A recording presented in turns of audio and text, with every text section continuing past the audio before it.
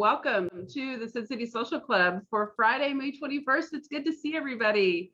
And as advertised, today's social club meeting is a Q&A with writer, producer, showrunner, Robert Hewitt Wolfe, who is also with us. And we've got the wonderful bonus of having Armin join us for a little bit. All right, and with that, we're going to throw it over to Sid. Thank you. Well, hi from lovely Melbourne, Australia. Such a pleasure to welcome Robert and Armin. I know everybody's got things they want to talk about, so I'll just be a fly on the wall and chip in whenever I can. And hand it over to you, Robert. How are you? Unmute. I'm good. I'm good. You're back. Yeah, we're slowly getting back to normal in California. It's yeah.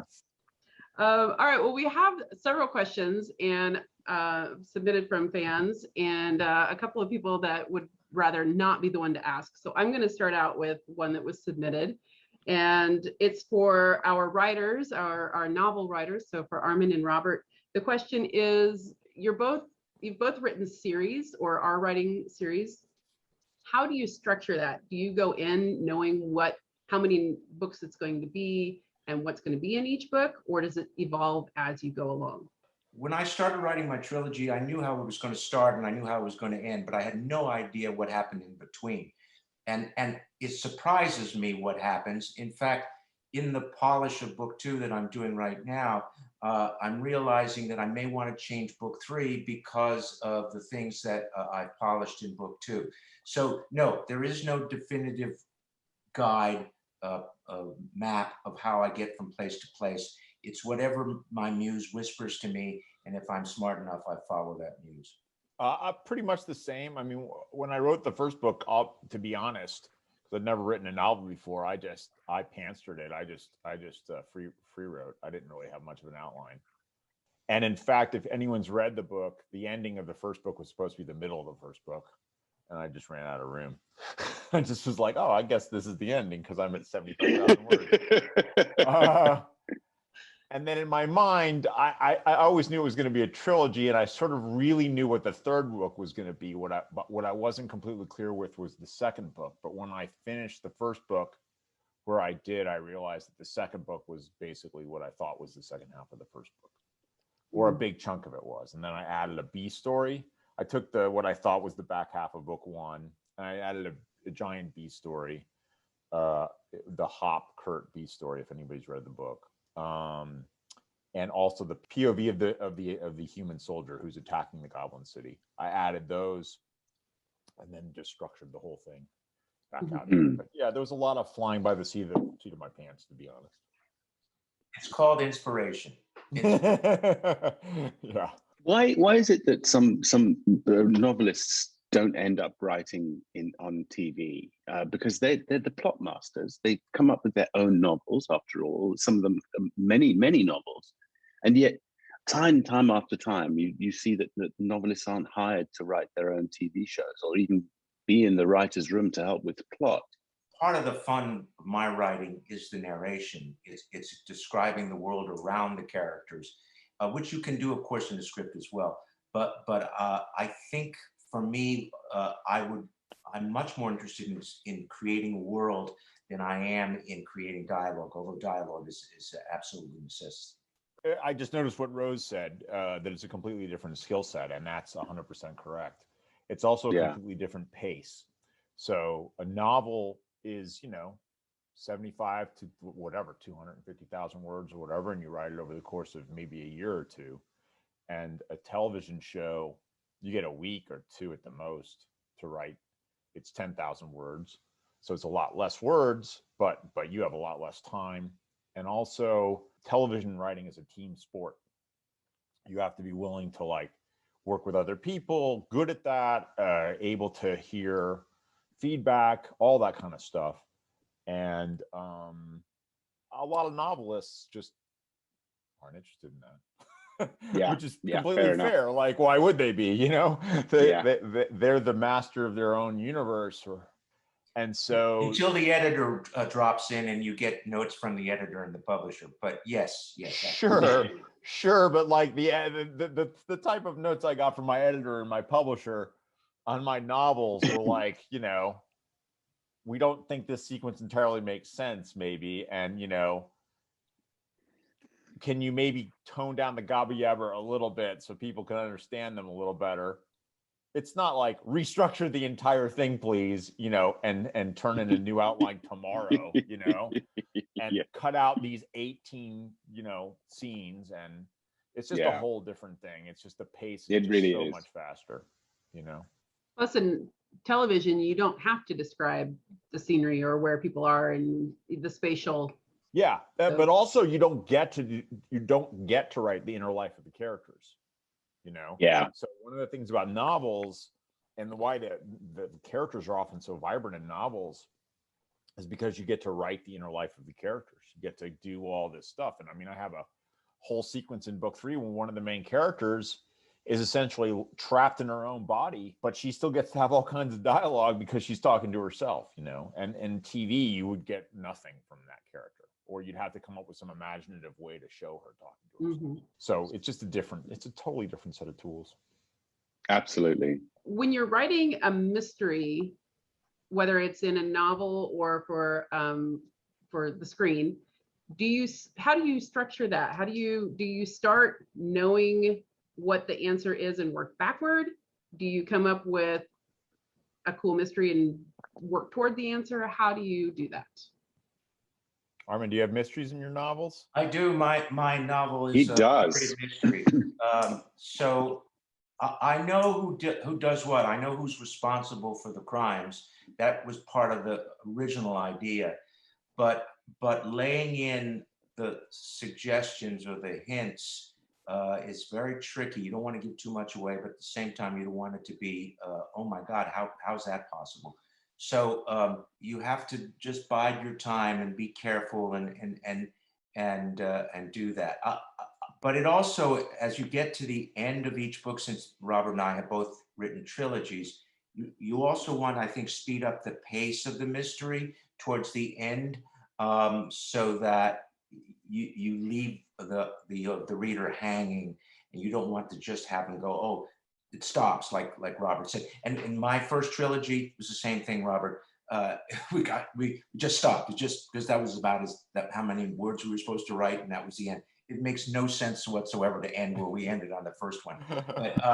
But this one has, as yours has, definitive endings. Yeah, mysteries are tougher. Like, I find I don't have a mystery. I don't have any mysteries in my novels. There's not, you know. But mysteries require a lot more structural work, in my opinion.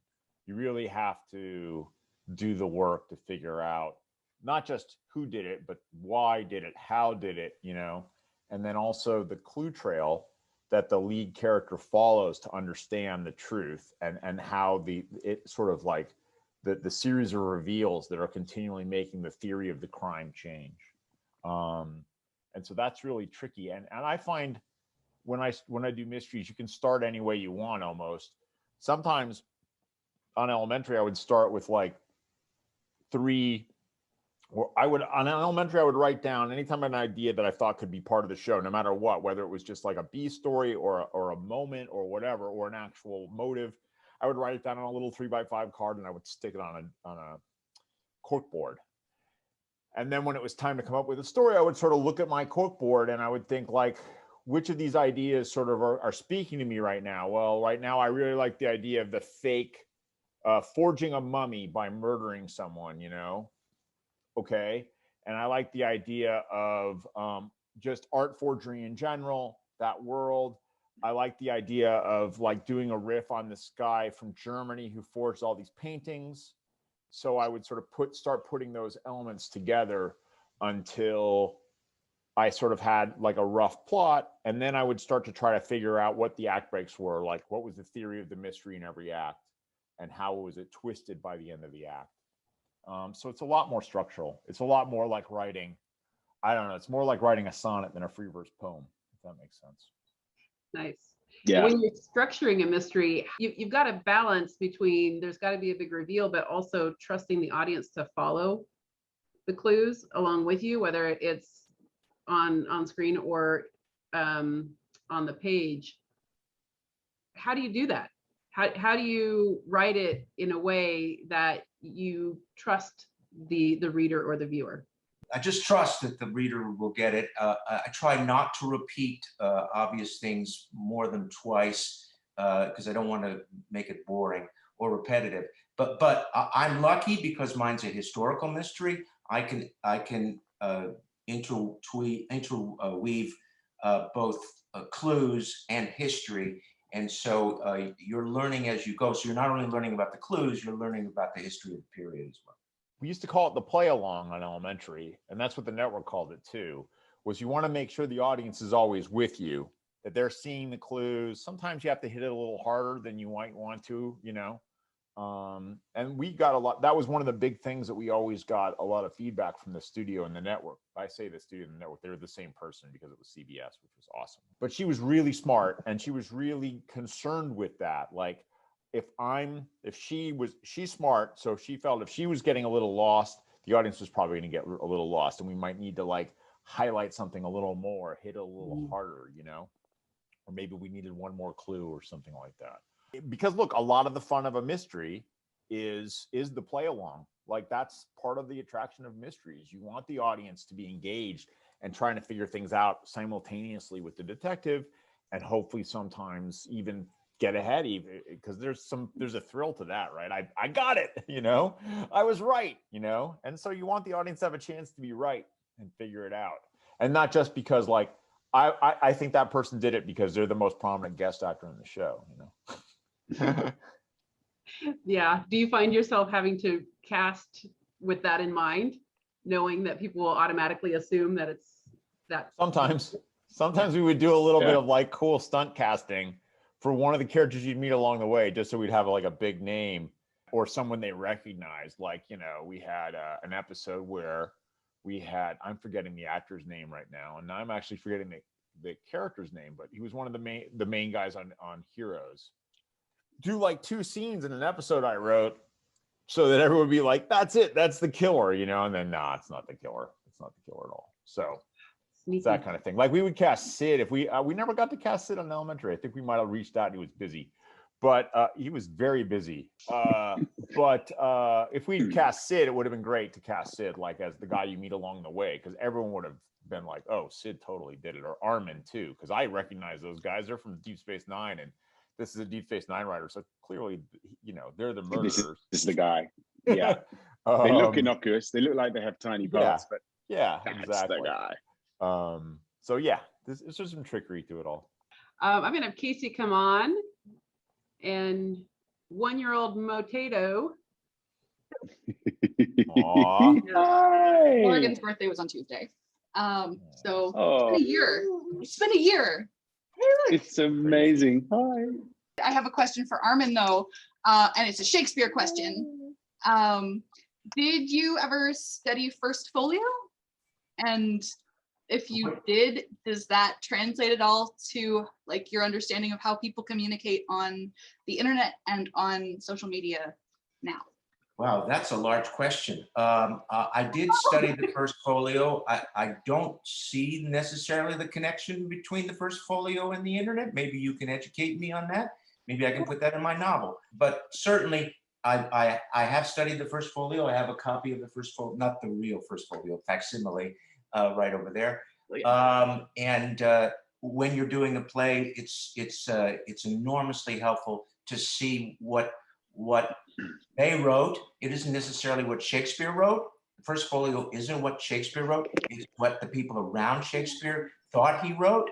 So it's good to see what those suggestions are because they were closer to him than I am. But no, can you tell me what the connection is between the first folio and the internet? Well, so the logic behind that particular question was that the internet and specifically social media has kind of adopted its own shorthand, like capital letters in the middle of words or phonetic misspellings or punctuation where there shouldn't be punctuation, or or extra punctuation, to sort of as a shorthand to communicate intent or instruction behind the language, since it's only text over, well, for the most part, only text over social media. And so I thought, since there's a lot of that in the sort of first folio type study, translated at all. Now that you've showed me the relationship, I would agree with you that verse writing is about compressing language into poetical ideas. So that is very much like what you described.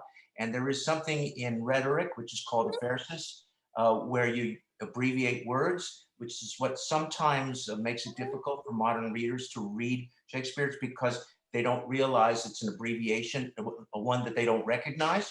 So that, yes, there's those sort of shortcuts. So yes, now that you pointed it out to me, there is a connection. Well, thank you. That's Nice. awesome. Well, that's a nice segue into the next question is from somebody who also lost their connection. So I will ask it.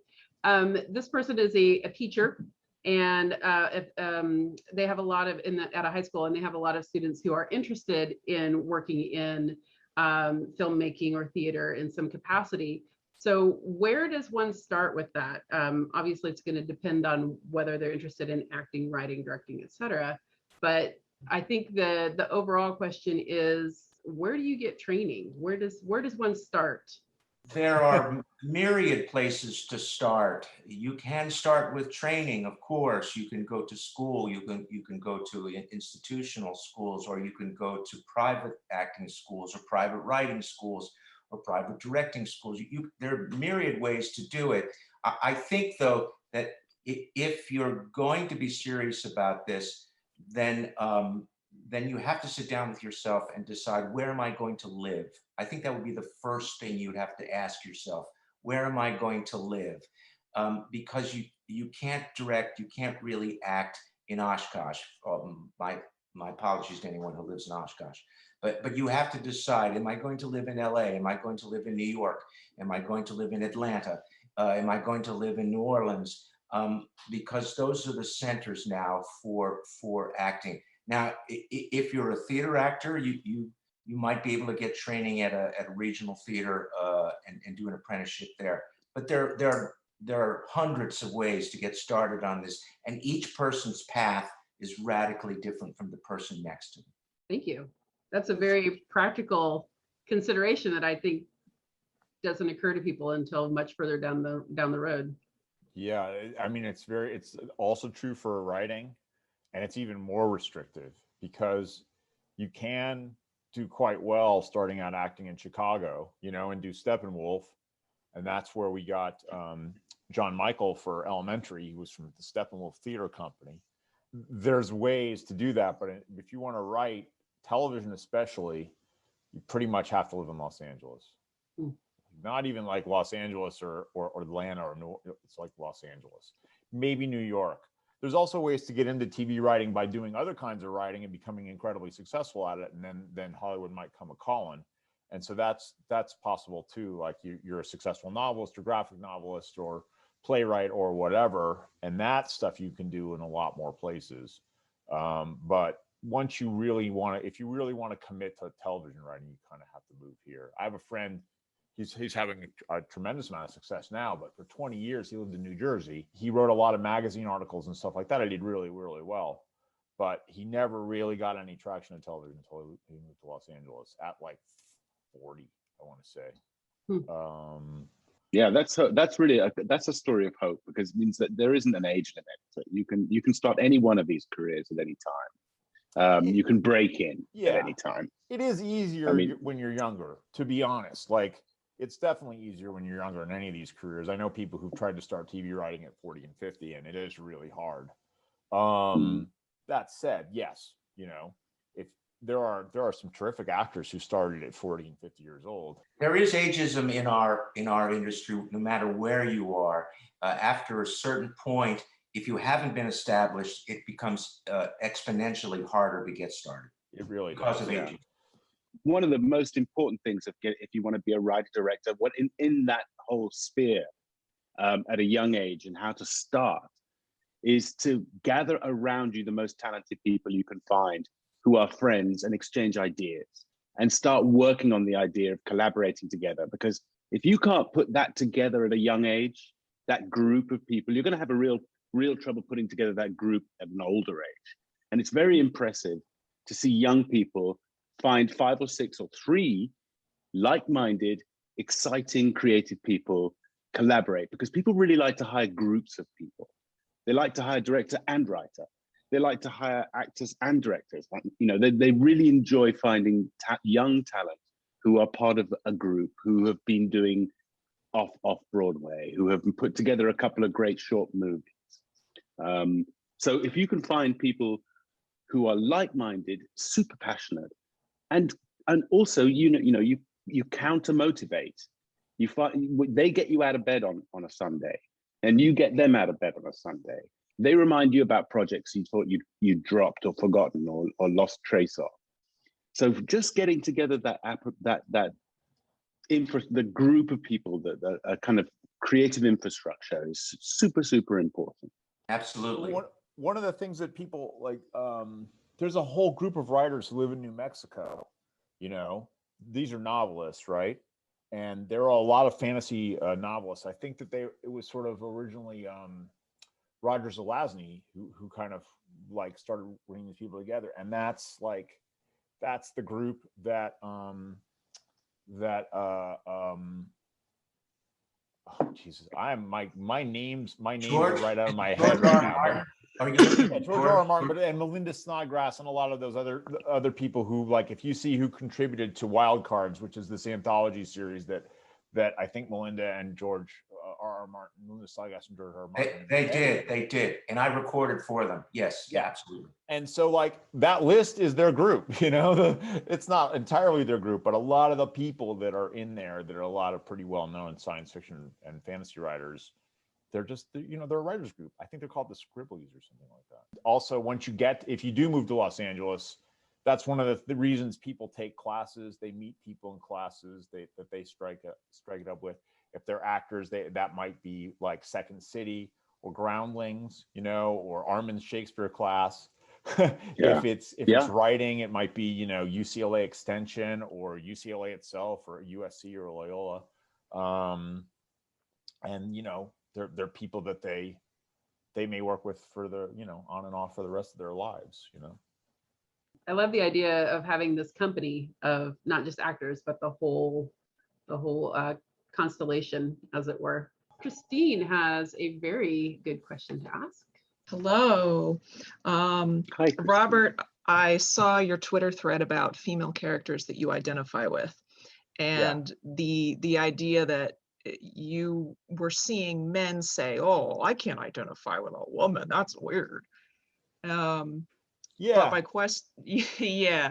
my question for you was, what was it about the women that you chose that you saw within yourself? And then if Sid and Armin wanted to chime in with female characters they identify with, that would be great too. I mean, yeah, I was definitely reacting to, I don't think it was actually a fan. I think it was more like someone was reporting that sometimes networks or studios feel that way, that male viewers don't identify with female characters, which I thought was kind of nonsense, to be honest. And that's why I started it, because I was just like, men out there, what female characters? Now, look, I cheated. The first two I put were characters I write or wrote. So that's a big cheat. But elsewhere in the thread, I was like CJ from West Wing, or Christina from Grey's Anatomy, or Liz from 30 Rock. And I think the thing that all those characters and Joan to a certain extent, but especially Becca from Andromeda have in common is they're all kind of strivers. They're all kind of people trying to figure out their way in the world and sort of fight through some adversity. But they all are people, I would say, with a level of like, they want to manifest things in the world. And I think as a writer, that's sort of a natural thing for me to identify with. Liz Lemon is a writer, right? So, but a talented surgeon, a West Wing staffer, a surgeon who's sort of lost her way and is trying to find a new way in life, a scrappy starship captain. I mean, that's probably the commonality for all of those characters. Awesome. Thank you. If I may just chime in, I live with a very strong, intelligent, beautiful woman. And so she amazes me constantly. So I've been educated into appreciating what women do and can do and are capable of. And when I write, I cast that character in my mind, who is that woman? And then I try to bring those good points or bad points into the character. But it is my admiration for people like Kitty for women like Kitty, that makes me want to write interesting women's characters. Yeah, good answer. It's strange because I have a similar answer to Armin, and of course my mother was my first inspiration, but I think primarily I never saw her as one sex or another, and she never portrayed herself that way. She was just this fierce individual in my life, and at the same time charming and generous and full of smiles, but ready to put me to bed without supper if I misbehaved. I had to get older and look back and go, oh yeah, she was a woman, I guess. But that was kind of important to me. If a male writer is being honest, they're always writing their mom or their wife or their sister or their best friend or something like that. Look, I think that fans appreciate the entire diversity of human experience, and I think a good writer has to be able to write the entire diversity of human experience. Regardless of their own experience. That's part of what writing's all about. It's about trying to put yourself in other people's heads. Agreed. Thank you. That was a great question. And I love that Twitter thread. It got me to thinking too. Okay, so we're going to talk with Rachel. We're going to kind of pivot over to DS9 specifically now.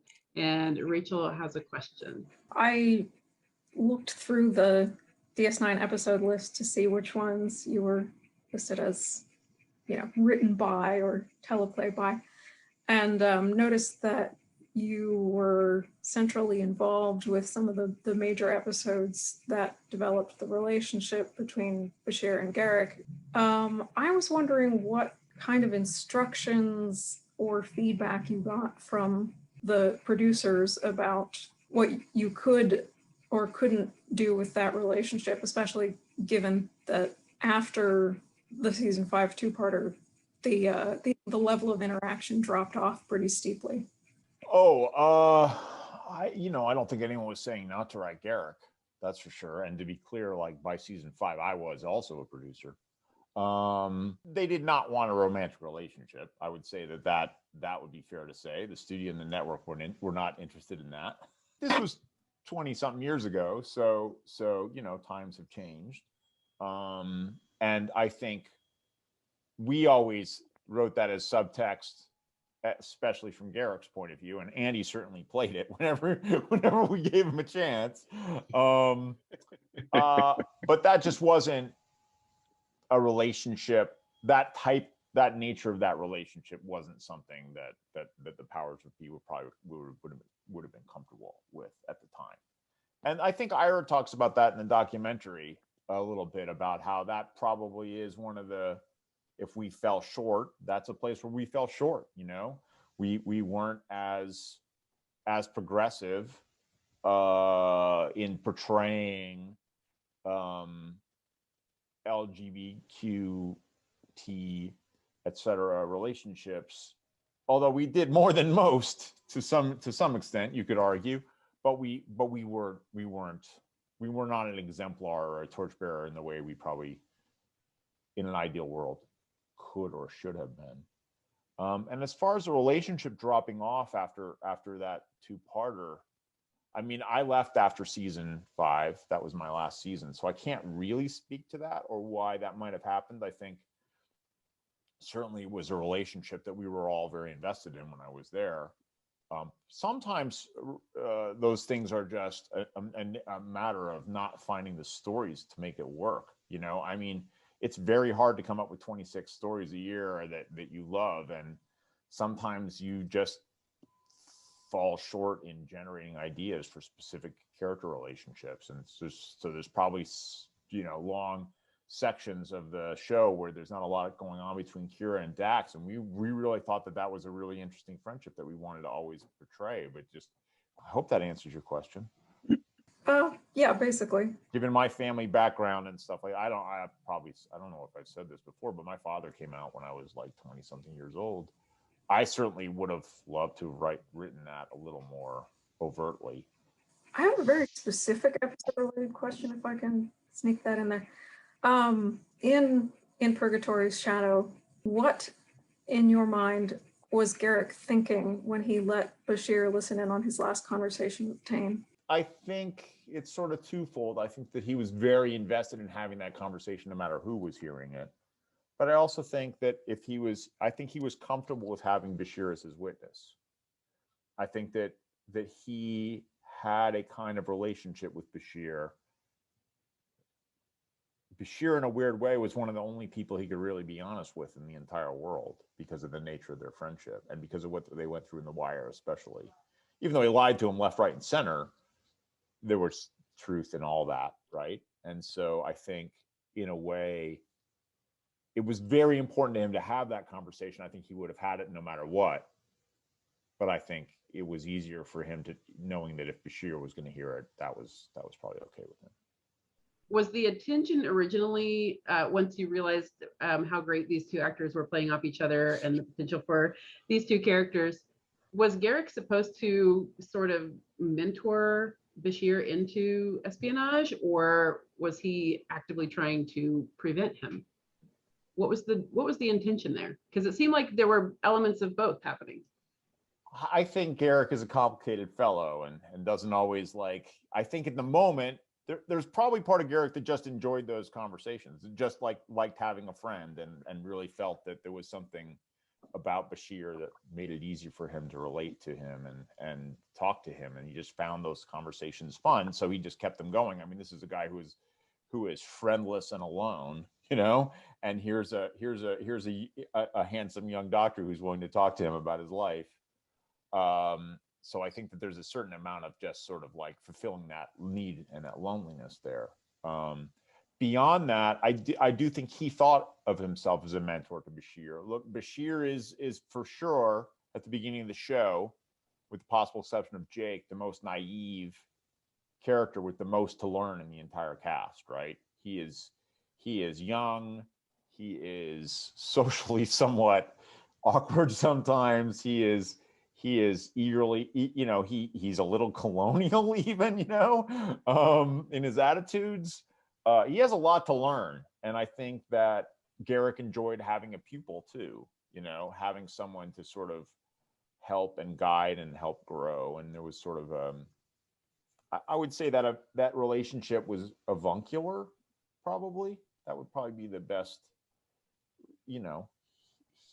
I think he sort of took on Bashir as a little bit of a project, but also again, he's a complicated guy. So part of that might be justification for the fact that he's super freaking lonely. He really needs somebody in his life. Bashir was so honest that he would never have knowingly betrayed Garrick. So it doesn't really, that kind of Hippocratic oath really extended into all sorts of other places.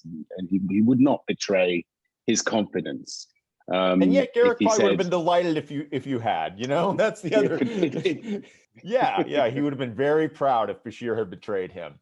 But yeah, that there was a Hippocratic oath. There was a sort of counselor nature to the whole, to the doctor-patient type of thing.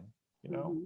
It was a complicated thing. I think you guys did it beautifully, by the way. I mean, I think the real answer to why we keep writing a relationship is because when the actors kill it, when you first write it, you're just like, okay, we should just keep doing that because it's great, and we'll figure out reasons to keep doing it. But the real reason, the real ultimate motivation is because the writers have recognized that you put these two actors together in a scene. If you put Armin and Renee together in a scene, it's going to be dynamite. Let's write some scenes for them, Let's write scenes for Sid and Andy. Let's, you just oh, these scenes are great, scenes with the non-Renee. Look, anybody in Renee, let's be honest. But But yes. but there's just like, you know, we like to go to the things that we know are going to work. When the actors make the writer's life easier. Yeah, when they make us look good. Like, hey, they make us look good. Let's keep giving them stuff to make us look good, you know? We were so blessed. I've said this before, but we were so blessed on Deep Space Nine to have such a spectacular cast from top to bottom of people who always delivered for us. So it was sort of like an embarrassment of riches, but definitely like there were some things that just shone off the screen. And when you see that, you write more of it. We're gonna have Rose jump in here with a question. My question was, like, the world and TV have changed a lot since Deep Space Nine. And I was thinking, for some of the episodes that you did, what are some things you would do differently if you were writing it now? I don't like to second guess Deep Space Nine because I think it worked out pretty well, to be honest. You know, we did a lot of episodes of television, and they hold up pretty well after all these years. They do. Thank you. But I think had we written the show today, I suspect we would have probably been a little more out about Garrick's, you know, bisexuality. We probably would have been a little more out about Dax's bisexuality and the sort of transgender nature of her experience, although it wasn't exact. It was analogous, right? Someone suggested there was an artist who drew a cartoon of young Zial hanging out with Jake and Nog. It was just like this beautiful idea. I wish we'd thought of it, you know. I just thought it was lovely if it had been a trio of Jake and Nog and half Cardassian, half Bajoran girl, you know. That would have been, and Jake could have had like an age appropriate romance with her, or maybe not, or whatever. But we could have done some really fun stuff. I just thought that little cartoon that she drew, that would have been so cool, you know. And that character would have just brought a lot of interesting things to the like you know, left behind. I can't remember what they called them in Vietnam, but there were kids that were left behind in Vietnam like that who had really horrible experiences, a lot of them, and it was difficult for them. And I think that would have been really cool to have that character from the very beginning. Whether we would have ended her story the same way or not, who knows? But if we had, it would have been a freaking gut punch. I mean, it was bad already, but imagine that. Imagine if she'd been a character for 6 years before that. It would have been devastating. Look, we're different people, right? Who is it? It's not Hesiod. Can't step in the same river twice. I can never remember what the philosopher's name who says that, right? Because you're not the same person and the river's not the same river. It's Heraclitus. Heraclitus, thank you. Heraclitus. If we had it to do over again, we would be different people now, and the world is a different world. And so it would be a different show, you know. But I think it stands as what it is, an effort of hundreds of artists over the course of 7 years. And that's what we built, you know. And so hopefully people will still be enjoying it for a long time to come. It's like hard to imagine post 9/11 having a heroic character who's an ex-terrorist. That's the downside, right? When we've been able to do that, we have been able to make Kira an unrepentant ex-terrorist. I don't know. I hope we still could have, but it would have been really hard. At the time, the terrorists that we were looking at were like IRA and PLO, and you definitely could make, you know, persuasive arguments that they were both of those organizations were fighting for something that was valid, you know, and you might not agree with their means all the time, but you can understand it. No, but I mean, there is definitely, I mean, you're absolutely right. This is the nature of terror, the whole idea of what terrorism is, how we view it, and its direct effect on our lives has changed since 9/11. I mean, before that, there were clearly atrocities, and they really were horrifying to see, with deaths needless from both sides in reaction and in perpetration. But since then we have all, you know, we don't fly the same way anymore. And for those people who are old enough to remember the whole meta changing on how we go through customs and security very, very different. We are trusted much less as people. And also there's a sort of strange, I mean, one thing that the Osama bin Ladens of the world did, and picked up by the ISIS people, is they really hurt freedom fighting in a way that has been, that originally people could see both sides of a story. I think that terrorism right now has just undergone another shift, and is probably moving into a world of computer hacking. Yeah, I was in the middle of writing an episode of Andromeda when 9/11 happened, and it was about the big climax of the episode was someone using a starship as a weapon and crashing it into a city. We rewrote that episode. The world changed, you know, and I think not for the better, obviously.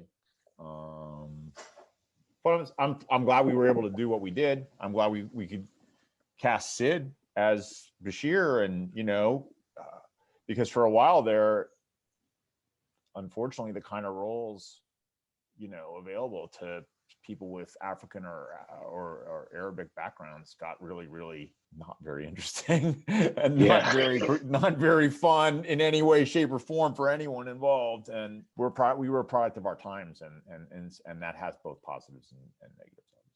Yes, absolutely. And if it wasn't for that, people like me wouldn't have been able to bust through even the next post 9/11 period, where we still got cast because people had nice memories of some of the things we did. Otherwise, we'd all be shouting only, you know, on the floor, hands behind your head. That's our only lines. We'd never have anything else to say. So I'm really glad of that. I worked with a lovely actress, Azita Ghanazade, who is Afghan American. She just has resisted her entire career playing any of those kind of roles. Like, it's just nothing that she ever wants to do. And as a result, she's probably worked less than she would have otherwise, but her roles have been much better. So yeah, it's just, you know, like, it's a different world.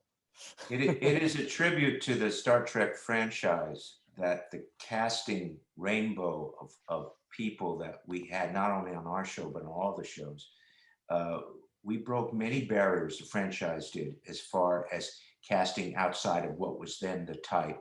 And it is a tribute to the writers, the producers, to the studio for that matter, who decided that, you know what, we can go outside of the norm. And I think one of the appeals about Star Trek is that you see so many rainbow faces in those programs.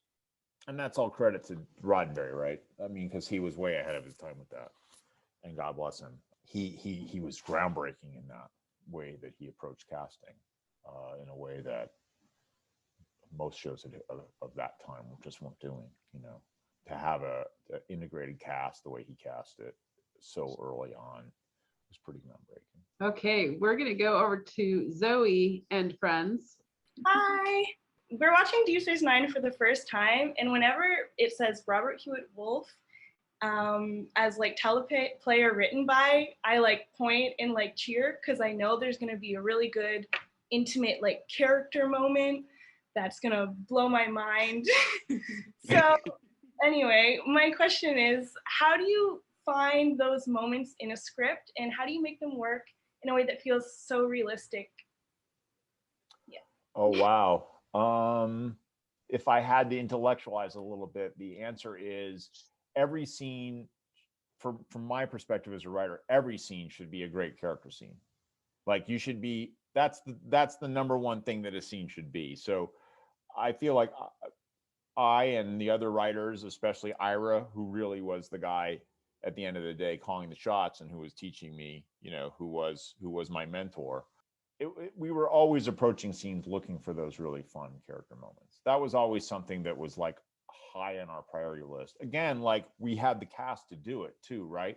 We knew if we wrote those things, our cast would hit it out of the park. And so we were just always looking for those opportunities. Like where in this show can we find some really great emotional layered scene for these characters to play, you know? What is a moment that we can find, you know? How can we show Worf's getting the beat out of him? How do we show what's going on in his inner life? And like, how do we get him to express what's happening for him? Bashir is having an existential crisis about his 30th birthday, which is hilarious now when we're both in our 50s looking back at it. You know, how do we express that? How do we visualize that? It's everything should come from character at the end of the day. And sometimes we were successful, sometimes less so, but that's what we were always striving for, I would say. I feel like a big part of it is like the dialogue feels really realistic in those moments. So I don't know, like when you started writing, was there anything that you learned that was important for making it feel, I don't know, it just feels real when in the scenes that I've seen you do it. Like, well, thank you. And Yeah. part of that is credit to our terrific actors who always made it sound, even the most difficult dialogue, sound naturalistic. I mean, that's one of the big tricks in Star Trek is like a lot of times our poor actors had to say some things that made almost no sense. And the other trick I always do is I always read it out loud to myself, or I have the computer read it to me, which is a new thing that didn't used to happen back in the day.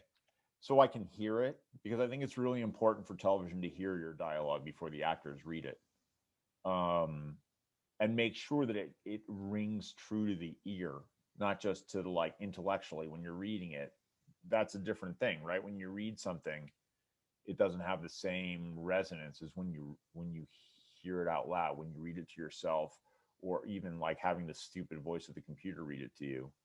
It just makes it an auditory experience, and ultimately that's what it's going to be in the real world, right? It's going to be an auditory experience, and so you need to replicate that as best you can as a writer, and I think that helps a lot with the dialogue. I think that helps the dialogue sound a little truer, and hearing it in your ear too, hearing the characters. When you've been on a television show for a long time, you internalize the voices of the actors playing the characters, and so you can, hopefully as you're writing it, you can hear whether it sounds like them. Does it sound like them? I used to sometimes do the voices in my head. I can't do any of them anymore, but like every time we wrote, for example, like Zach, you definitely hear Zach, you definitely hear that voice in your head. Like there's no way you're going to avoid that.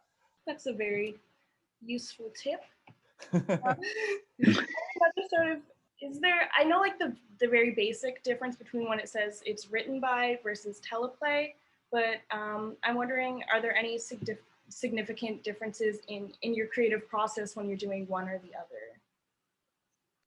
No, so just so you know how that works, a written by credit is the whole hog. It means that you came up with the story and you wrote the script. Teleplay means that it's someone else wrote the story. And so you'll see story by and teleplay by as two separate credits. It's just a way of dividing up the money, honestly, between the people who did the various stages of work. So if we brought a freelance script from someone or a freelance story from someone, they would get the story credit. And if they were able to write the script, the first draft anyway, they would also get the teleplay credit. But sometimes for various reasons, either they weren't in our minds able to, or we didn't have time to give it to them, then someone on the staff would write it. Or there were cases where someone on the staff would come up with a story, but they were too busy to write it, and then one of the other members of the staff would come up with it. So that's why that all breaks down. But when you sit down to write the script, you sit down to write the script, whether it's your original idea or someone else's original idea, or even if someone else wrote a previous script and that script has been, for whatever reason, been thrown out or needs to be fixed. The process is really the same. It's easier when there's something else in front of you already, to be honest. But no matter what, you sort of have to approach it with that fresh eye and really just do your best to make the scenes flow and the characters sound interesting and say fun things. I'm just curious, like in your space when you're writing, do you listen to music? Do you prefer silence? Do you have a playlist? What's going on there? I usually listen to music, though not always. On Deep Space Nine, there was really no way to do that, not without bugging other people. Like it was like pre the universal ability to have music wherever you wanted at any time. But nowadays, I listen to music a lot of the time. I don't really have a playlist. I tend to sort of pick what I want to listen to that day, and that might be based on what I'm writing. Sometimes I do create a playlist, especially if I'm writing a feature. So like I'm writing a spec feature right now, I have a playlist. It's a lot of music that sort of makes me think about the character and the situation. But it really just depends on what I'm doing that day. Can you write with like if the music has lyrics? Yes, No. I can. A lot of people can't. Most of the time, the music I listen to has lyrics. A lot of people, that drives them insane. They just can't do it. It helps if the lyrics are familiar, if I've heard the song a bunch of times before, because then it just becomes background noise and I'm not like hanging up on like what they're actually saying. Let's see. The script I'm writing right now, so Bulletproof Baby by the Struts, Help I'm Alive by Metric, Doll Parts by Hole, Ain't No Grave, Hidden Citizens, Volcano Girls, Veruca Salt, Ghost Town by Shiny Toy Guns, Run Boy Run by Woodkid, Run Devil Run by Girls' Generation. There's a lot of running in this script. I'm Afraid of Americans, David Bowie. Walking in LA by Missing Persons, Blood in the Cut, K-Flay. I'm America by Silver. That's some of the stuff that's on the playlist. Those are some pretty cool names. You should post it on your Twitter or something. I could. Yeah, maybe I'll do that. That's rare that I create a playlist, but that's the playlist for the thing I'm writing right now. Okay, what about you, Armin? When I write, I need perfect silence, just me. I need everyone to be out of the house, the dogs to be quiet, so that I can concentrate. So music doesn't play that much into my creative abilities. And certainly when I'm acting, that doesn't play at all. Although a friend of mine told me about Top Gun. I'm giving something away here, that the leading actress would do the scene or right before the scene, she would have earplugs in so that she would be listening to music while she was doing the dialogue, because that put her in a certain place. I'm not sure how that worked on the set, but that seems like a strange thing to do to me. Awesome. Thank you guys so much. Great question, Zoe. Going a little bit further with the music thing, Armin, you kind of already answered this, but Sid, do you listen to music to get into character? No, not at all. I used to do that when I was at school to get into character, to play kind of physical sports, because we'd all travel 2 hours to go and play a game of rugby against a bunch of 16-year-olds we'd never met before, and we basically got to punch the living daylights out of each other. And I wasn't really built for that sort of interaction. So I would listen to really vicious music, like to get sort of pumped up and ready to go out there and be knocked down a few times. And of course, by the time the ball has come out the back of the scrum, everybody has noticed the scrum half has it, throws it to the fly half. People are ready to kill the fly half. And so I would always get the pass just in time to go. Obviously not very skillful. Okay, so we've got Dana up next. Hi. Hi. It's about, I have a question. It's about elementary. I don't know if you could answer it. What did I change, or what did I choose to change James Moriarty into Jamie Moriarty? Like, I kind of understand the change of, Watson. But as a screenwriter, I thought that the Moriarty change was kind of risky and bold, but it really nailed. Like, it was amazing. The revelation was completely mind-blowing. So that was Rob. That was not me. That was Rob Doherty. So I'm speaking for someone else here. But when Rob initially was approached to do an American version of Sherlock Holmes, he read a lot of the canon stories. This is what, again, I'm speaking, this is like a secondhand story, so forgive me, Rob, if I don't get this right. But he read a lot of the original canon stories, and one of the things he noticed was that Sherlock was especially not great at interacting with women. And so his instinct as a writer was, if that's something that Sherlock has issues with, let's make him do it a lot.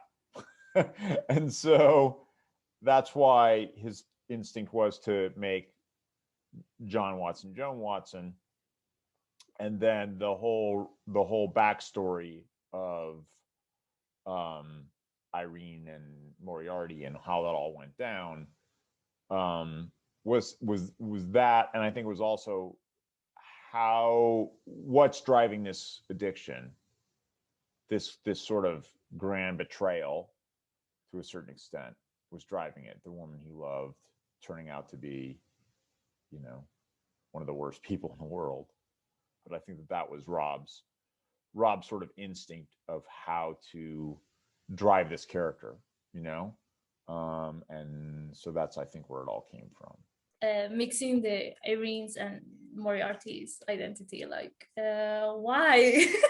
It was a fascinating book. Why? Yeah, that was basically it. That was Rob's idea, was that he had this great love, and in the books, the only woman he ever really seems to have any abiding affection for is Irene. And the idea that his great love and his great nemesis were the same person, I think Rob really thought that was interesting. And it was a really cool twist. I'm spoiling a huge part of Elementary for those of you who haven't seen it. Sorry. Watch the show. It works out really well. But that was his instinct, was by conflating those characters, he gets all those kind of, it just gave us a lot of juice, a lot of fun kind of stuff to mine as writers. And so that's why it was literally just like this. It gives us fuel. It gives us all kinds of great stuff to write for the character. I think that was his instinct. Speaking for Rob, I think that was his motivation. Thanks, Dana. That was a good question. We were gonna go to Elmi next. Yeah, so I have a question for Rob. Robert. Sorry, I just in the chat, people are just talking about Rob Moriarty and getting confused because there's somebody here called Rob Moriarty. Well, okay, there's a bit of preamble here, but so Elementary had one of, if not my most favorite ending to any show, because it left it open and there was like room for fans' imaginations to figure out where it went next. And there's still like space for the structure that we know for the story to continue. Like it was the murder solving structure and the Sherlock Watson interaction, like that continued, and like the house is still there.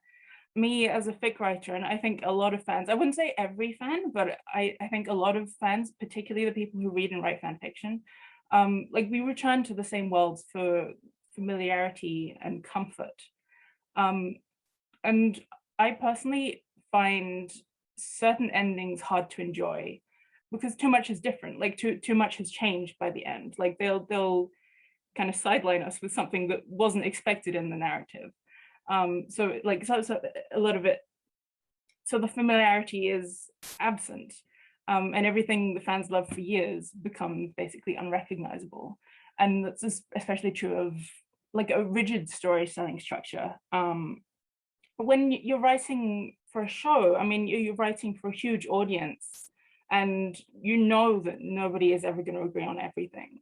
But it seems like the fans' idea of a good ending and a satisfying ending and the writer's room idea of a good ending doesn't always match up and sometimes is vastly different. My question is, like, as a showrunner, a writer, and a fan of stuff, what do you think makes a good ending and what hits the spot for both creators and consumers? I think it's different for every show. I think that here's I'll tell you what, for Elementary, for us, we knew no matter what we wrote, Sherlock Holmes and Watson will be out there solving crimes forever. Like that will always be true. And for us, so it felt like a lie to write an ending where that wasn't the case for our Sherlock and Watson. These are characters that are essentially as close as you're going to get to being immortal, right? And we know that just because Elementary's off the air doesn't mean there won't be a new Watson and Holmes, and there'll be and they'll both be women and whatever. Like, there'll be cats. It doesn't matter. They're going to be there, right? And so we felt like to end it that they weren't together and weren't solving crimes, no matter how we did it. And we had to end the show twice. Both times we felt like it was really important to say they're still there. This is not a story that ends. The story of Watson and Holmes never ends. To do anything other than that would have felt like a lie to the audience and a betrayal of those characters, right? Mhm. The point is that that was appropriate for that show. Deep Space Nine felt like it had to have a different kind of ending. Deep Space Nine felt like it was a story about a family coming together at the beginning and then going apart at the end. Like it just felt like that was the natural and sort of organic feeling for that show. So that's how we ended that show. But I think that you have to be true to the material when you come up with an ending. How do you end a show like Supernatural in any way that's going to be satisfying after 14 years? I don't even know how they ended that. How they could end that show in a way that would make people happy. You know? I don't think anybody was happy. But look, how do you do it? Like, it's very difficult to end long-running shows in a way that's going to be satisfying for the audience. I mean, it's just the way it is. I mean, like MASH had a very natural ending. The war ends, everybody goes home, more or less, right? Two endings that I wasn't part of the ending of Deep Space Nine, but certainly we were talking about it for a long time before. It felt very right that Cisco becomes a prophet and the family that we had sort of breaks up and goes on, and Kira will still be there. Kira is the farmer is the farmers in the Magnificent Seven. You know, the land endures, the people stay. The Bajorans aren't going anywhere. Quark is going. He's saying goodbye. Yeah. Hey, thanks for joining us. Bye, Armin. Thanks, Armin. You have to be true to your material. You have to be true to where you're at. Like in Billy Smith trilogy, I knew at the end, those kids are going home. That's what happens in portal novels, right? You know, that's what felt right. So when you're in a writer's room, what leads the writers to decide, let's kill all of our characters, for example. Let's erase their memories. Look, all right, so alphas. That was not supposed to be the ending. That's not supposed to be, if you haven't seen it, the way Alphas ends was not supposed to be the ending. They told us we were getting it a certain third season, so we ended it in a specific way that was supposed to be a cliffhanger. And now there's a whole episode of Big Bang Theory about how frustrating and unsatisfying the ending of Alphas is. It's just not the way we were supposed to be doing it. So sometimes the endings you see on shows are not really the endings that was intended by anyone. They're just like, we ran out of time and that's it. You know, we didn't get renewed, and so you have a crappy ending. I'm sorry. Sometimes people decide for whatever reason that, at the end of Dinosaurs, the freaking meteor is going to hit, and it's the most depressing ending ever in history of a show. I don't know why. It's not how I would do something. But sometimes you get to land the show, and in Sopranos, Chase ended it the way he wanted to end it, with those kind of characters in sort of the suspended state of animation forever. I think everyone who saw the first episode of Breaking Bad kind of knows where it's going, but I think they did a beautiful job with it. I kind of just wanted to go to Sid for a second, just because he didn't answer somebody else's question. And somebody asked, what fictional women do you relate to? And you mentioned your mother, but you didn't answer fictional women. The fictional, I was thinking about the fictional characters. I'm not sure that I was inspired by many fictional male characters either. My inspirational world is very small, because I had a pretty sheltered upbringing, and I watched very few TV shows, and I kept myself at school. The people who genuinely shone lights for me in my life were from a tiny pool. And so I couldn't think of ones that really worked. But a lot of them weren't fictional, like Queen Boadicea, for example.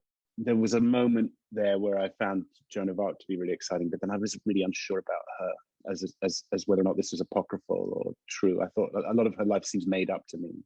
Trying to put together from the tapestry of fragments of very underwritten history of women and underwritten fictional characterization of women over the millennia, over the centuries.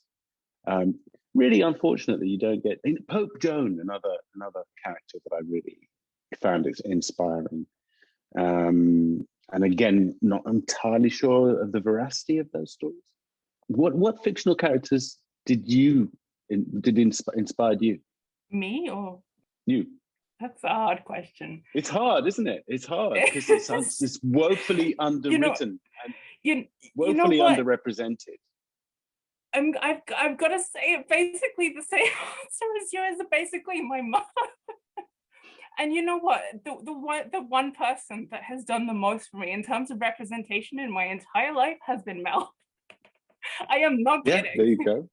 Well, you know what? Everybody I know here is on the screen, so like essentially, it can be hard to differentiate, but it's not. But everybody on the internet is fictional, right? I mean, that's the other thing that I think is actually very healthy for people to understand, is that Instagram stars or when I'm tweeting or whatever, or when we're interacting on the internet, like that's a part of who we are, but it's a curated persona, right? And so we're not presenting like, you know, I'm not showing you like the medicine I took this morning or whatever, you know what I mean? Like there's a level of filter. I think that's a communications theory about filter and media, right? Like this is all mediated, like it's all mediated just by the nature of the fact that we're using media to communicate, right?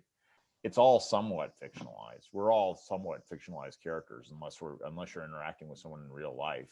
And even then, people are creating a persona for themselves a lot of the time, or there's a mask. Anyway, so you're not wrong to say that Mel is a fictional character. That is not what I was saying. Okay, we're going to Geneva, who has questions on a couple of different topics here. I have so many questions. For Robert, I have questions about both elementary and about Billy Smith and the Goblins. I'm highly amused that I now in my bookshelves have a shelf that is like Star Trek novels, and then the next shelf up is becoming all the Star Trek authors, the people who are connected to this universe.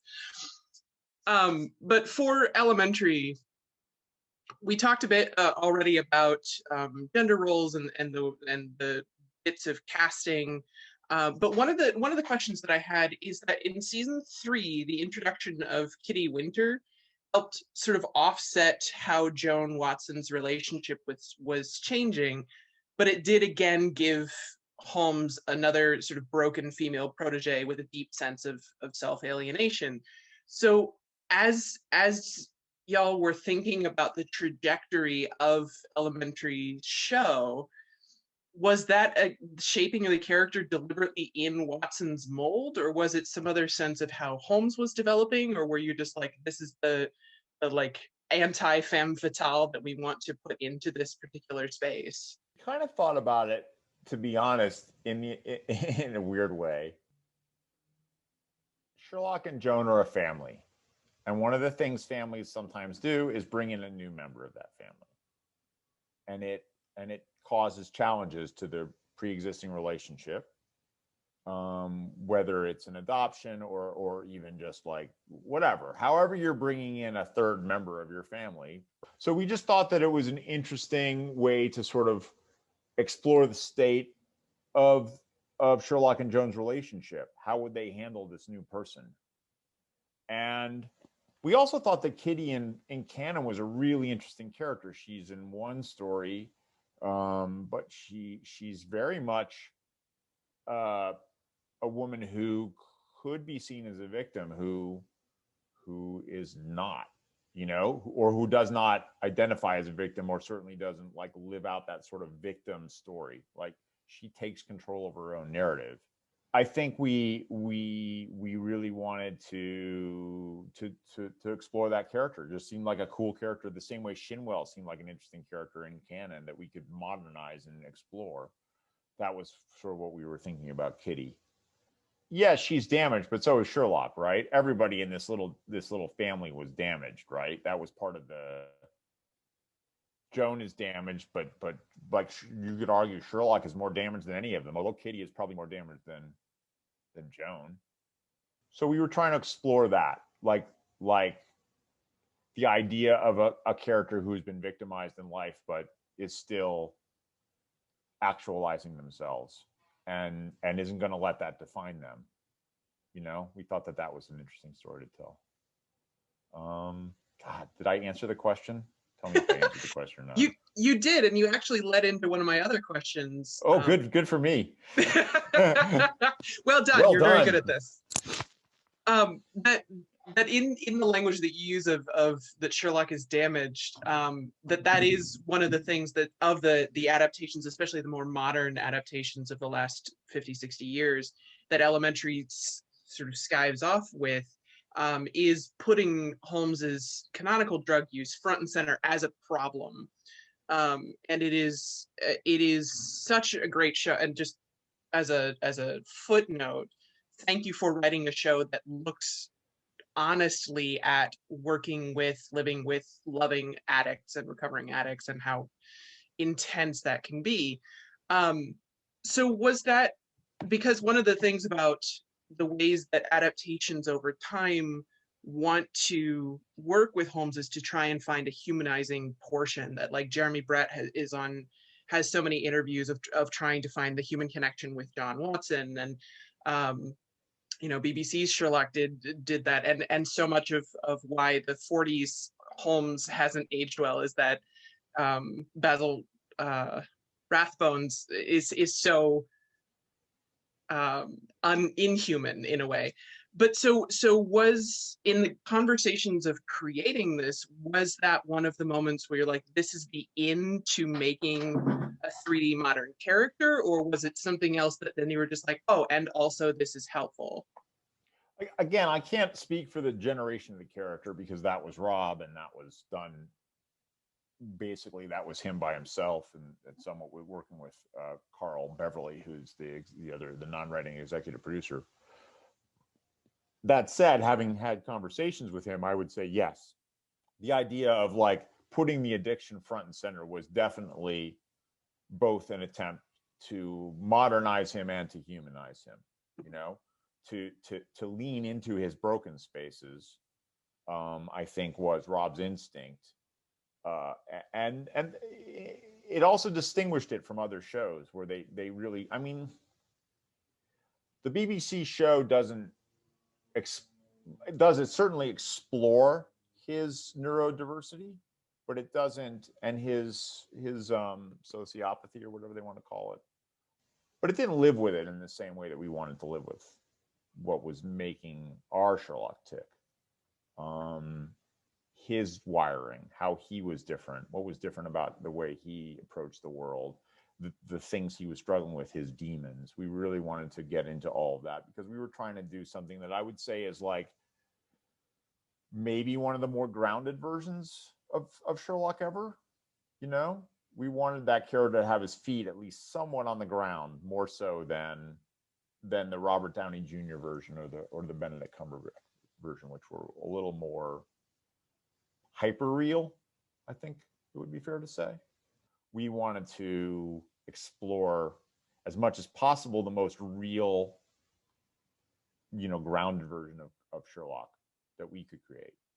I appreciate that show clearly I've watched an awful lot of Sherlock Holmes adaptations, but just as a tag to that, if ever you work in Holmesian things again, please make Sid one of the other brothers.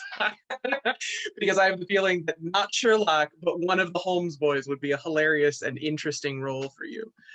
Sid would be a terrific Holmes, by the way. I think right? Sid has everything you need to play a terrific Sherlock Holmes. He's British, and that always helps. but he has the kind of intellectual approach. He can manifest that intellectualism and that sort of like thinking 80 billion things at the same time and being, he's got that quality. I think Sid would, I've always said I think Sid would make a terrific Doctor Who. I think he would also make a terrific Holmes, and I wouldn't want to dismiss him into playing Mycroft, I think he'd be a brilliant Mycroft. He would be. But let's not dismiss Sid as a brilliant. Let's not dismiss Sid. Let's not put Sid into the number 5 person on the call sheet if we could make him number 1. Absolutely. Thank you. Anyway, yes, I think that there is a world. I can see him playing a lot of different characters in the Holmesian canon. But I wouldn't want to dismiss him playing the man himself, because I think he could do a great job at it. Shifting gears then to the Billy Smith and the Goblins trilogy. The last time, I think it was the last time that you were here chatting, you were like, "Oh, hey, I wrote this answer to Narnia," and I was like, I now own all three of them. Yeah. So I recently finished reading them. Thank you. And you're welcome. They were a lot of fun, but just in terms of as a writer, with the intermittent use of Gabba Yabber as the places that didn't quite translate, there are some words that did end up getting used a lot, like nigh for no. So how was this a conversation within yourself, or primarily with you and your editor, about what to leave quote unquote foreign to continue the idea that there was a fuller developed language, or was it just, I can remember that this one is this? So I kind of tried to model it a little bit on how we approach Klingon, maybe, or some of the Ferengi culture stuff. I wanted the goblins to feel like they had a fully developed culture. So that is why I used Gabba Yabber. Like, it was definitely, and honestly, in the initial draft, it was way more intense. There was a lot more of it, and the verb conjugation was even more sort of weird, and the publisher wanted me to simplify it, so I did, and that wasn't a big deal. I just dialed it back a little bit. But yeah, I just wanted them to feel like they were a people with their own language and their own songs and their own culture, and that, because so often goblins, when they're presented in fiction, are just like the villains of the piece, and they really aren't humanized at all, you know? And I wanted to try to get some of that into the thing. Look, the truth of the matter is, if you're speaking a foreign language, the first thing you learn is how to say yes and no, right? And it's like it's sort of like the gateway to the rest of the language, and so that's why I wanted to kind of preserve yes and no in Goblin. Unless it's Latin. Unless it's Latin. Good point. That's a very good point. And why is Latin so freaking hard? Or Chinese too, right? Yes and no are like the first things you learn. You know, you learn si and no, you learn we, you know, you learn ya and whatever, yet and da, like those are just like the sort of first steps into a language. So I wanted to leave those in Goblin. I also wanted to leave in Goblin some of the sort of things that I felt were like idioms in Goblin that didn't completely translate to English, you know, because that's another thing that's really interesting about learning another foreign language is the idioms, you know, where things are not, where the word doesn't really translate, you know, where it, even simple things like in German, like the word toll, right? Which kind of means crazy, but also kind of means great. You know what I mean? But like, I think that there's just like concepts. So in Goblin, Yabricket, which means terrific, you know, but it also means it smells like breakfast, you know? And so I felt like that says something very specific about Goblin culture. The fact that their word for something that is actually like literally the dross. You know, goblins are very, in my goblins are very, they like metallurgy. You know, they're very into mining and metals and working metals and smelting and things like that are something that is a big part of their culture. And so their word for, you know, useless is literally dreck. It's literally just the word for like the leftover bits when you smelt out the good stuff from the metal. And it's the stuff you throw away. I thought that said something about their culture, so I wanted to keep those words. And then just also the whole way that they thought of themselves as like goblins, as like, in my goblins, like there are no ogres, there are no kobolds. What there are goblins who are just born that are really, really big, or goblins that are born that are really, really small. So they have a word for that, and I wanted to preserve that word. Kijak Gob for a big goblin, and Jinta Gob for a small goblin. But really, they're all goblins, and two of the characters are brothers, and one is a Kijak Gob, and the other is a Jinta Gob, and they just happen to be born. One of them is 10 feet tall and weighs 5,000 pounds, or whatever he weighs. Might be 14 feet tall. And the other one's like 3 feet tall. They're brothers. It just happens. That's just how it works out sometimes in Goblin for goblins. That makes sense? It does. And I'm not going to spoil it because they are relatively new books, but I'm mad at you about Frost. Oh, well, yeah. It's awful, right? I'm sorry. there's a reason for it. You know, I have a reason for it. I mean, it's supposed to hurt. One of the other things in that culture, and I do appreciate that, especially because this is a fantasy trilogy, that there is so much world building that goes into it.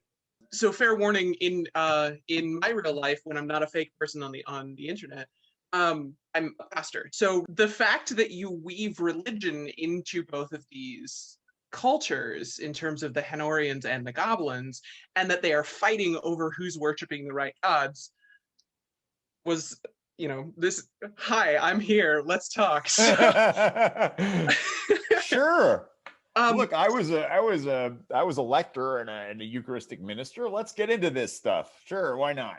It seemed with this religion these religions rather, that it was as much about cultural identity as about sort of ethics shaping belief systems. So when you were doing the world building and when you're creating the language and these particular religious forces, how did you understand there has to be a religion in it? Was it a moment of like, cultures need religions, or this is something that I can create a war around, or like how did the religious aspect of it become that important for you? Yes, cultures have religions, right? I mean, that, at least in human cultures, religion is part of their cultures, right?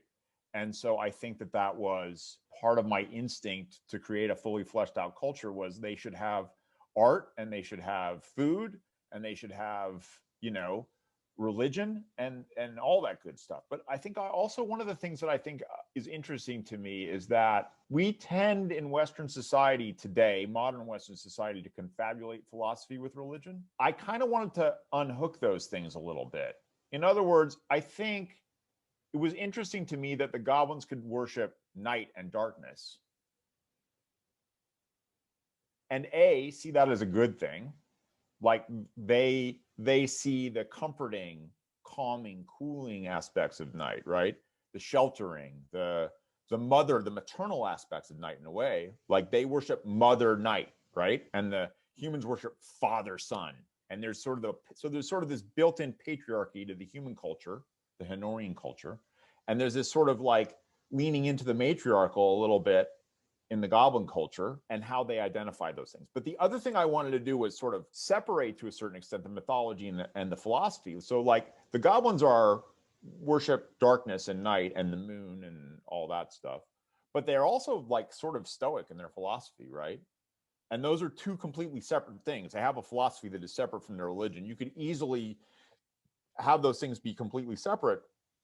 And the same thing is true for the Hanorrians. The Hanorrians, not only do they have different philosophical approaches to their religion, but they also have heretics, right? Who worship both. Like there's a whole set of Hanorrians who are heretics, and the reason they're being burned at the stake and things like that is because they believe that Father Sun and Mother Night are two sides of the same coin. They're basically Zoroastrians, right?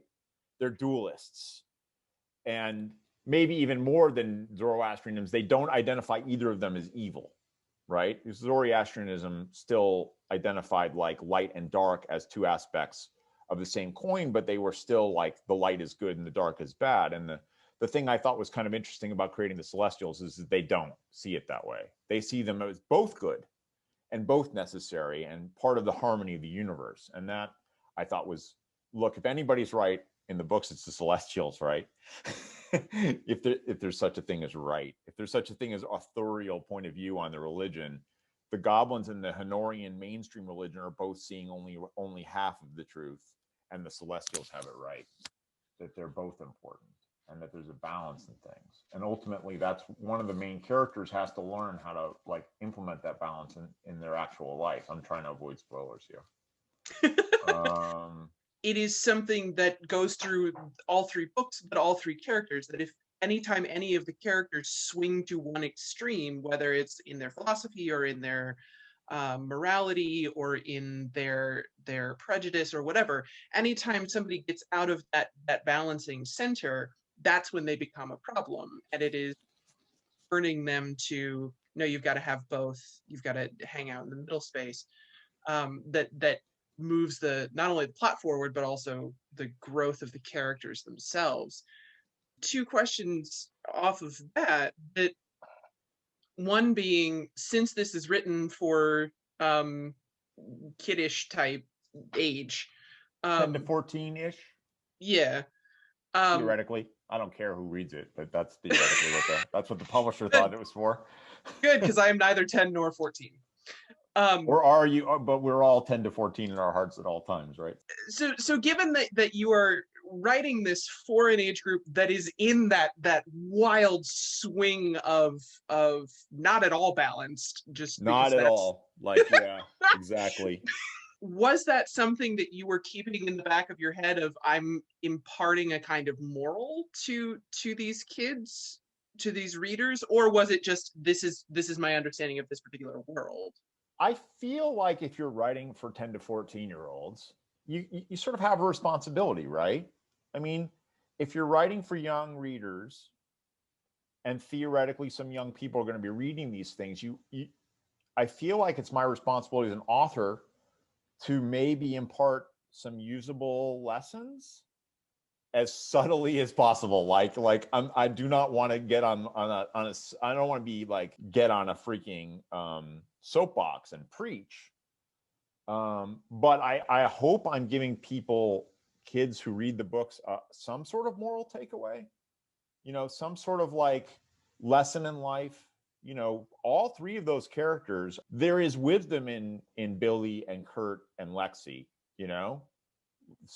Kurt is surprisingly wise about a lot of things. Billy is learning and trying to understand responsibility. Like Lexi is the one who has the biggest problem personally in a lot of ways emotionally. She's the one who's the most challenged, and she's the one who sort of needs to find.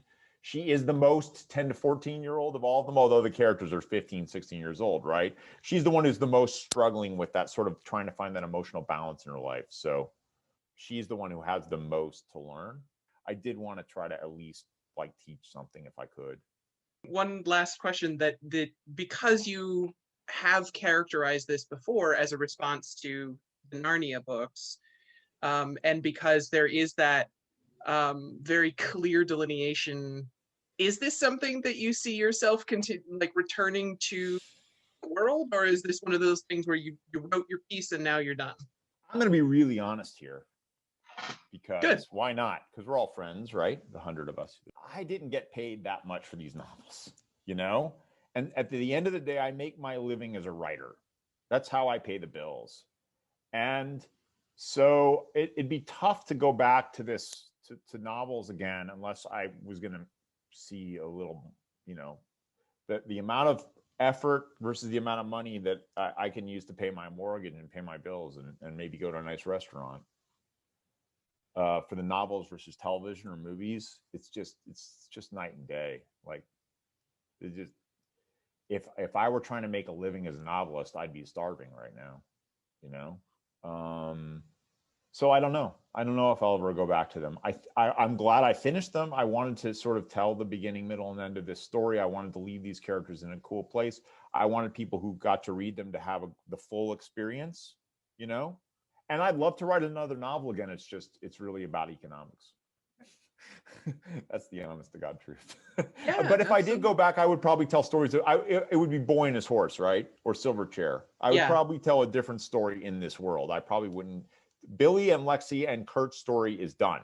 Hop's story is probably done. I don't really know if I have more to say about Hop, but I might have more to say about goblins, and I might have more to say about this world. And it might be fun to tell the story of, Button and the Mushroom Girl, or some of those other characters that are mentioned in passing, or it might be fun to do a whole story set in Hanor, Please go back for the princess. She is amazingly interesting. And Thank you want a fictional female character, Sid, then the Hanorian women are very interesting people. Thank you. Loving that. I really, I was sort of like, I sort of stumbled into who they were about halfway through the second book. And there's a little bit of it's a little bit of Rosencrantz and Guildenstern in a weird way. These kind of very minor characters turn out to be insanely important to the story in the third book. But I'm glad you resonated to those characters. I was proud of them. I like them a lot. I like Assalian a lot. And and I appreciate, because we were having this conversation earlier, I appreciate that they are two very strong, very defined female characters who are equally at home on a battlefield and in the long dresses of the palace. And Well, that is something more Italian than. Well, yeah. Right, but As far as being at home in the dress, yes, the Italian is much better at that. You didn't make them men who accidentally have to be women, and you didn't make them women who are sort of floundering in the world of men. And that is one of the most difficult parts about writing, is that that's sort of what female characters end up becoming. And to have two characters, not just one, but two characters who pass the Bechdel test for one thing, but also who are developed enough to have ideas and opinions and not children, and all these sorts of facets of richness was something that I appreciated, especially from a male writer. So thank you. Done. I appreciate it. I appreciate it. I like those characters. These are the main. In the third book, there are two Honorian human women who have their own story. And that's who we're talking about right now, for those of you who haven't read the books. Thank you for your time, Robert. No problem. Are we almost, where are we at, Mel? We're wrapping up. Okay. We are wrapping up. Thank you, everybody, for these amazing questions. Do you feel like you kind of did this is your life? I love visiting with you guys. I mean, Sid and Mel, you've built such a wonderful family here of really interesting people with, it's just fun to talk to everybody. Well, thank you, Rob, for letting us peer into your beautiful mind. Does anybody have another quick question or comment that they want to jump in here? You just have to come off mute. I'm not going to call on you. So obviously Odo's comm badge is probably not a part of him. It's probably something that he can store inside himself when he's in a different shape. Oh, great. Everyone's cracking up. This is going to be great.